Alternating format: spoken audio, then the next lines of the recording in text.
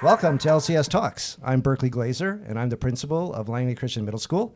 Today at the table, we've got Kevin Mirchandani. He's our Director of Instruction for teachers for our K-12 system here. We've got Matt Grose, who is a grade 6 teacher at the middle school. We've got John Van Weelden, who is a high school teacher here at the middle school. And today, we're going to be talking about some of the technologies that we use in our school and what we do with them. So, Kevin, take it away. Yeah, thanks, Berkley. So, John and Matt, Mr. Van Weelden and Mr. Grose, why don't you tell us a little bit about who you are and help us to get to know you a little bit better? John Van Weelden. I've been teaching at LCS. This is my third year teaching at LCS, and I was hired mainly to cover topics related to engineering and computer science. So, for computer science, I teach that K-12. We have grade 9, grade 10, and then we've added an upper level computer science class now, AP Computer Principles, and then robotics as well. I teach robotics 9, robotics 10, and we've just added a brand new upper level robotics class this year, ROVs and drones. So learning about remote operated vehicles, and I'm really excited to take that one on too and give a chance for upperclassmen to continue on into robotics and engineering type topics. So yeah. So tell us a little about your background, Mr. Van Weelden. Where did you get interested in STEM and the sciences? Tell us a little about your journey. Yeah, so ever since I was a young kid, I liked tinkering and building and taking things apart. And that went through high school. I was really heavy into mathematics and physics in high school. Those were the subjects I enjoyed most. And that took me to Dordt University, where I got a mechanical engineering degree. So I worked for a while as a mechanical engineer. And 4 years into that, I was just looking around at some postings, and I had teaching in the back of my head, and God called me to teaching, and this job at Langley Christian came up, and teaching kids robotics and playing with robots all day, it's like, that's the dream. So that sounds pretty fun. Yeah, it's been fun so far. Yep. That's great. Thanks. Mr. Grose? Yes, hello. Tell us a little about you. All right. Well, I've been teaching in the middle school now for about 5 years.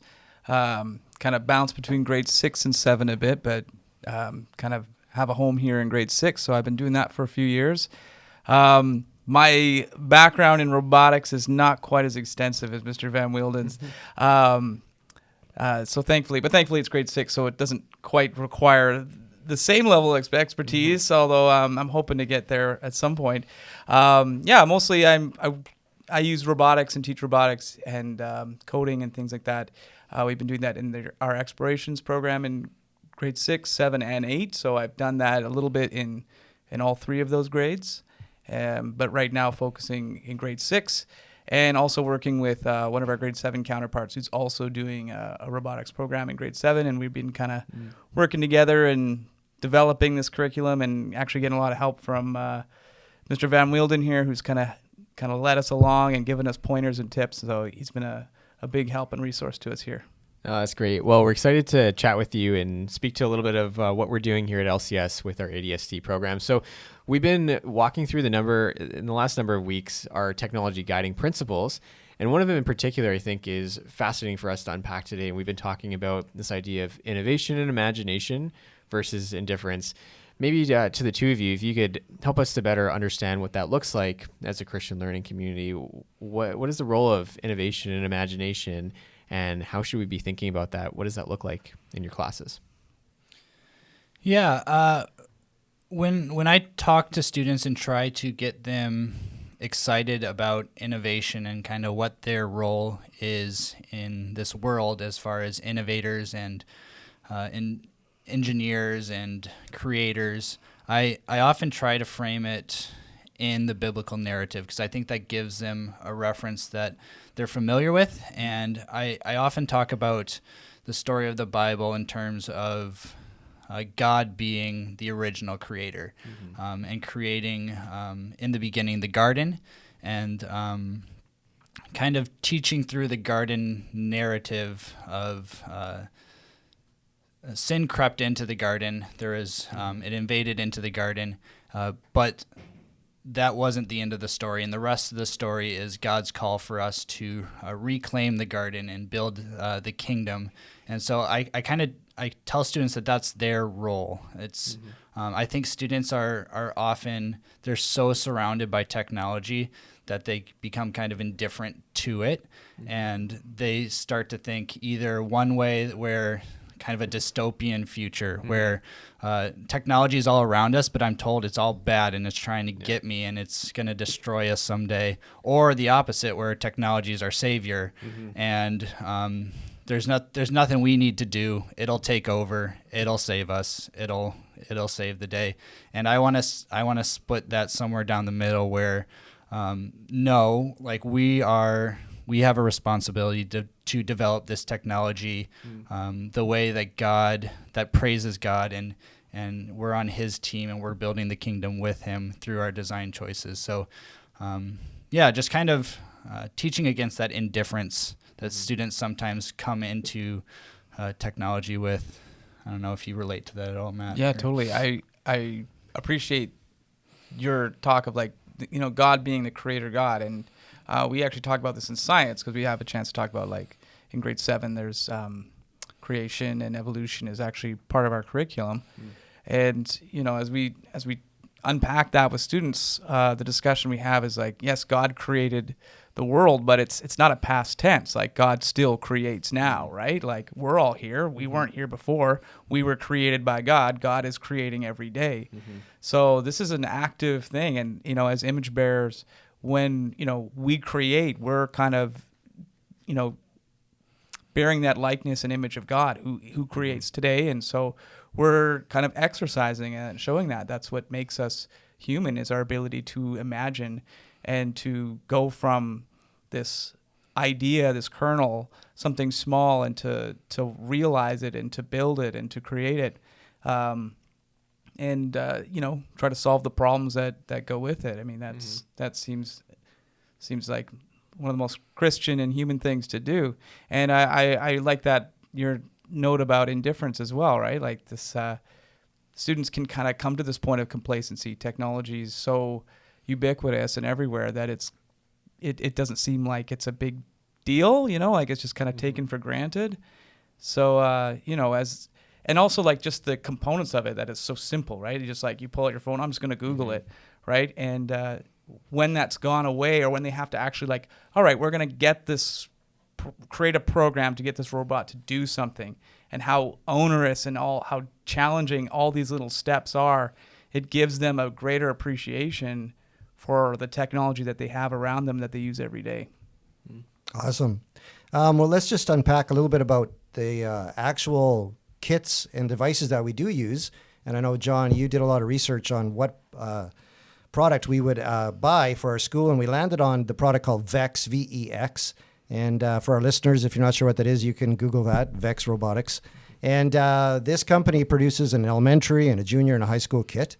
So what I'm going to get you guys to do is just to tell us a little bit about how we use that and what we build and how that scaffolds with skill development. And so, Matt, I'll let you start, and then John can add to that. Sure, yeah. So in grade 6, so we get these kits. They're these, just to kind of tell you what it looks like. We have these, they're just boxes, these bins, and the boxes are kind of complete units. They have everything you need to kind of just, in a small group, build something. They've got these little brains, they've got gears, they got these little snaps together. If you've ever played with Kinects, it's very similar to that. So right away, and it's quite intuitive as the kids kind of they can start snapping pieces together and start building stuff. And actually, that's one of the first things we do. This is their first real introduction to this this topic. So it's just this idea of getting them to play and getting them to open the box and look what's in there and snap some bits together. So it kind of starts with this conception of let's just play, let's just discover and see what's there. So it doesn't get into heavy technical stuff, especially in grade 6 level. We just we pull them out. I kind of lead them through step by step, because even just following instructions of how to build something, we build this platform that basically is an earthquake simulator. Then we have the students try to build a tower using just the implements in there, and there's no real instructions beyond try to build the biggest tower. And we give them a few iterations to try that, right? So you build the one, we stop after a bit, we give it a try, see what's working, what's failed, seeing what other people are doing. All right, now that you've had a chance to like kind of look around and see when you have another chance to, from where you're at, try to build it higher. So they kind of get another chance, crack at it, and the students are really, really enjoying just digging their hands in and doing that play, right? In these iterations, it's a lot of fun. And then we kind of step into like actually building a functioning robot, and then working on just the basic kind of block coding steps, getting this thing from just this lifeless little, basically looking like a car, to moving around on its own autonomously, or through coding it to have it perform simple tasks and things. So it's a small start. It's at the beginning, but it builds into big things, as John's gonna lead on. Yeah. So those kits that you have are called Vex IQ, right? And there's actually one below that. Vex Go is an elementary version as well, which we've done. We started down in grade 5 with. Yep. Yeah. Exactly. And the high school version is Vex V5, and they look a little less like erector sets, like Lego type sets, and what we have in the high school is we have a bunch of steel and aluminum type channels and connectors, and then we have different joints and wheels and axles and motors and claws and things like that, where you can kind of, it's similar to what Matt was talking about with the play. The Vex curriculum kind of goes through a few steps. That's seek, play, apply, rethink, know. And so it lays nicely on our curriculum as well, that you kind of understand the context of what you're going to do, and then you just play for a while, and then you start to rethink, do the iteration and prototyping, and go from there. Yeah, what I love about that is you're outlining a design process where we're not focused in on only getting to that end product, which is always super fun. And I'll ask you about that in a moment here, about some examples of things that you're doing in the classes, because walking around and seeing these examples in classes makes you want to, it kind of wish that you grew up playing with that. At Berkeley, you're probably a little too old for that. Well, no, come on. I played a Lego, so it's just like Lego on steroids, because you can actually make it do stuff. Yeah, well, not just imagine it. Yeah, this is true. So tell us a little bit more about some of the cool opportunities that you have to play with your students, to engage in learning, to help them to develop process skills and develop skills that are going to be relevant to thinking about the role of technology in our world. Yeah, so I do a few different design challenges or scenarios, kind of competition version, because Vex is set up well for competitions. They actually hold the largest robotics competitions in the world every year. So both middle school and high school compete locally and nationally and globally. So they're set up well for students to get a design task, design for it, and then compete against each other and play that way. So an example that's fresh in my mind, because we just did it 2 days ago, was my grade 10 robotics. One of their culminating events is robot basketball. So I set up this arena on the floor, and I have some baskets on either end, and I show them the dodgeball that they're working with, and they're in teams to design and test robots to move well and pick up the basketball, and then compete against another robot that's trying to do the same thing. And it's really fun to see them get into it on the competition side. And also it's really, like you said, the design process is teaching them how to think. So a lot of students, sometimes students come in with the thought that we're just going to whip one of these robots up and then we're going to pick up the ball and play basketball. And they haven't really experienced that failing, like designing a robot like that was a complete disaster. Like you can't do anything, and then going back to the drawing board and remaking, doing that iteration. I think it's really good to teach them a way of thinking, a design way of thinking. I mean, I told you about the tallest tower. That's kind of how we kick things off, and that gives them that process of, playing and design and these iterations that they move through.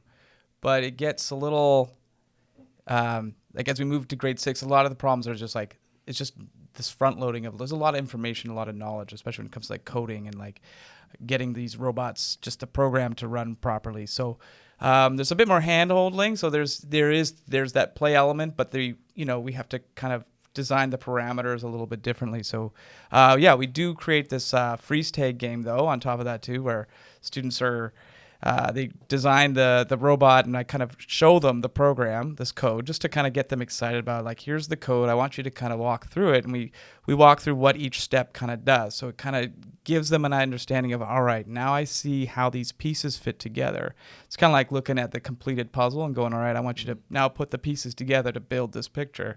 So they get to do that, and then they get to see the outcome of that. Like, hey, we get to play this kind of fun freeze tag game where you made these robots, and they have little bumpers on the back, and as soon as the bumper gets hit, their robot has to, I say, make it so that it makes some kind of sound, make a light shine on it, and then it has to stop for 10 seconds, right? So they're basically frozen, and then they're able to move again and try to bump someone else, and so they get a good kick out of that.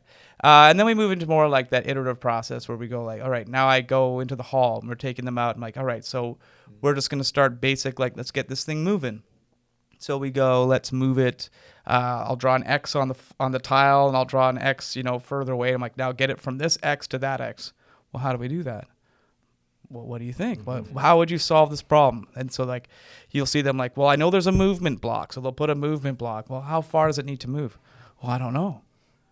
Yeah. So how do you solve this problem?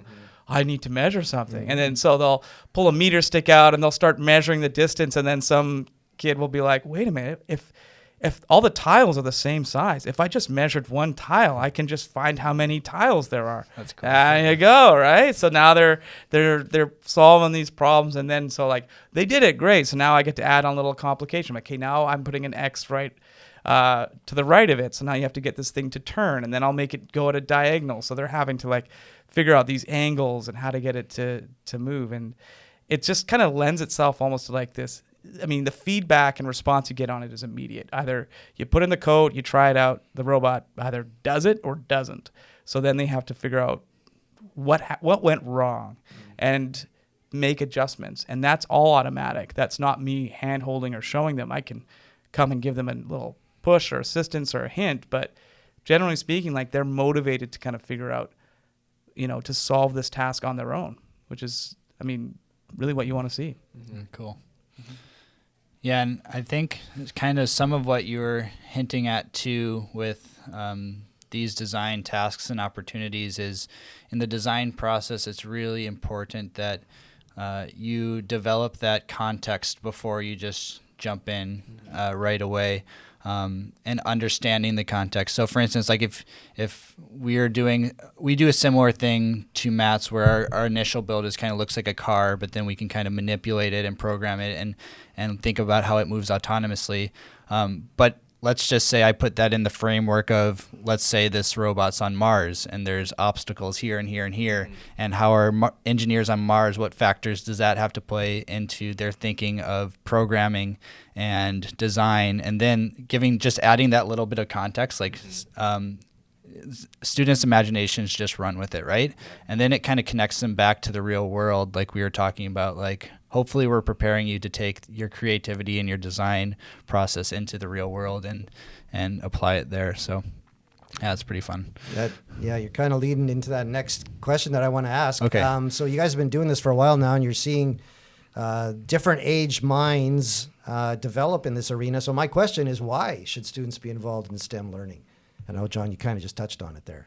Matt, why don't you start? I mean, it has so many different applications beyond just like learning how to like create a block code and it's just the design process. We see it everywhere, right? We see it's just these basic problem solving skills. I remember I took a computers class when I was in grade 10.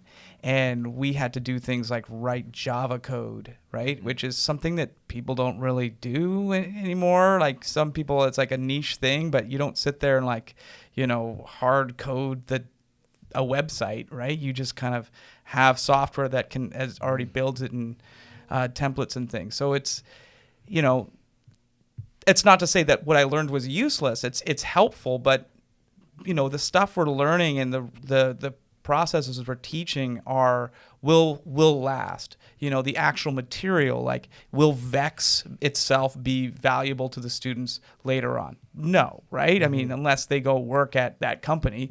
It's not outside of academics. It's not itself applicable, but all the skills that surround it, even like, problem solving and, this iterative process and the design process, that has implications and ramifications across academics. So it really helps in that sense. And it also just helps them like learn how to interface with technology, which is something that is kind of unavoidable and inescapable in the 21st century. We will be interfacing more and more and more with technology. And so understanding how it works, these are skills that are going to be increasingly in demand. So yeah, we want to really make sure we're doing that well. Yeah. I think it goes back to like what I said is like students understanding their roles as creators because we're created in the image of God. Like God wired our brains to be creative and find solutions. And I think a lot of times we're at our best when we're trying to be creative and find engineer solutions for the world around us. And I think little things like robot basketball seems kind of trivial and fun, but students, if they're successful in that, I think it really opens up their confidence to step into designing for the world as well.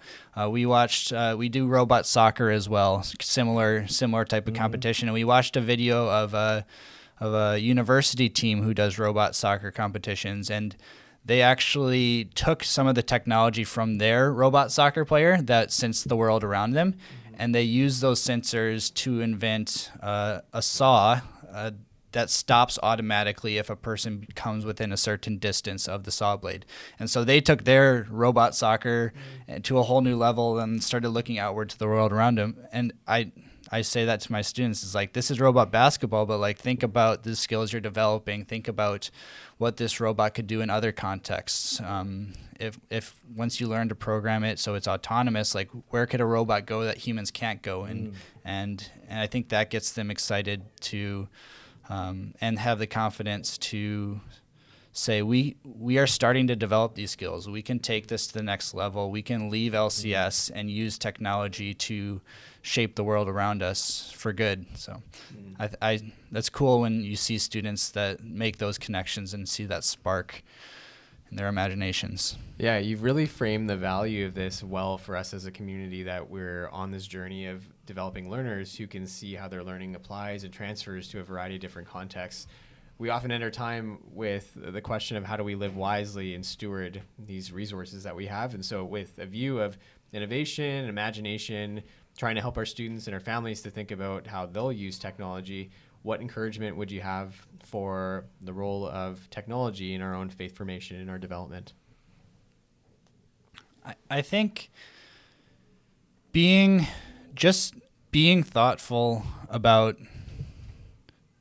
the technology around us and recognizing the problems with it and also the benefits of it. Kind of talking back to what I was saying when I have discussions with students is we don't think technology is all bad. Like Matt said, God he wasn't just a creator in the past, he's creating now. Like, computer technology doesn't surprise him. He knew of it when he was forming the world, right?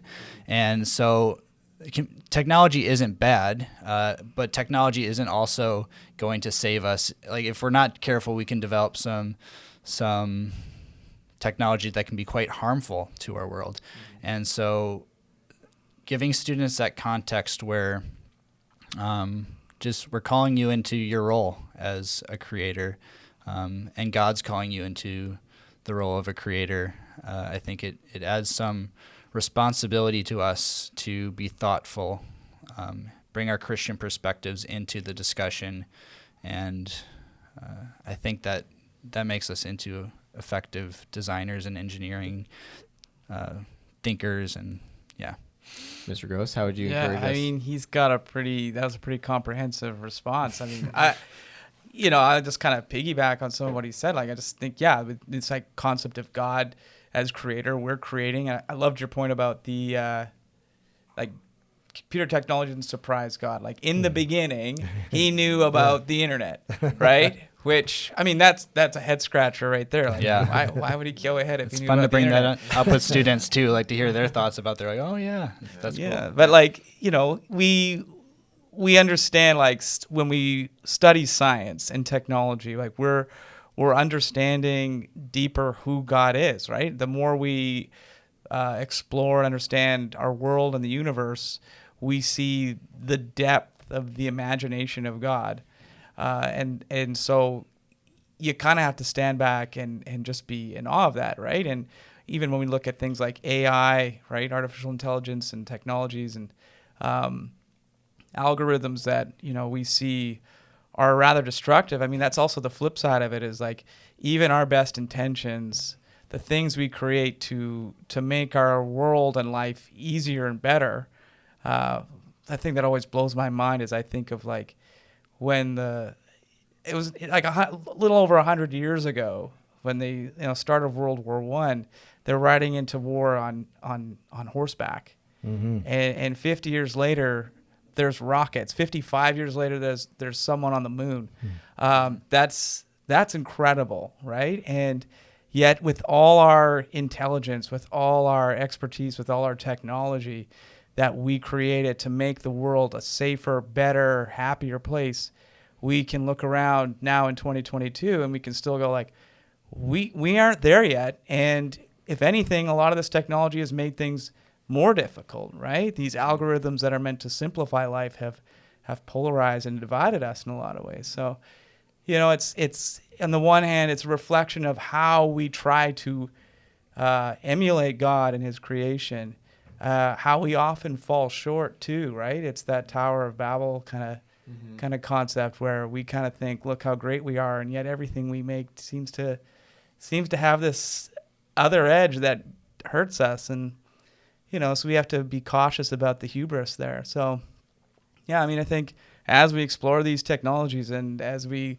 look into science and we see the face of God, and we see also how far away we are from him. So it's something to keep in mind. Yeah, you've really left us with this sense of wonder and responsibility that a Christian community has to think about God first and to see our own capacity to be creators, not only consumers. We've spoken to that issue a little bit in previous episodes, but to actually thoughtfully as a community, not just as individuals, think about what's our impact going to be as we steward technology and as we engage in the world, asking important questions about who we are and what we're going to do with that responsibility. So this has been a really great conversation that we've been able to have with you, and we're excited to have our students engage in your classes and engage with these really rich questions about spirituality and our faith formation. Yeah, really exciting. I'm glad you guys were able to be here today and help shape this conversation. We want to keep this conversation going. So shout out to Dylan Bandera, our producer. Dylan has created an email link for our listeners to ask us some questions on this. So podcasts@langleychristian.com. You can send us your questions or thoughts, and we will be interactive. Yeah, we are just really hoping that this is a space where we can, as a community, ask really good questions and see more and more of Jesus's abundant life in technology. We want to be intentional about how it shapes us and to put it in its rightful place. All right. Well, thanks for listening. See you next time.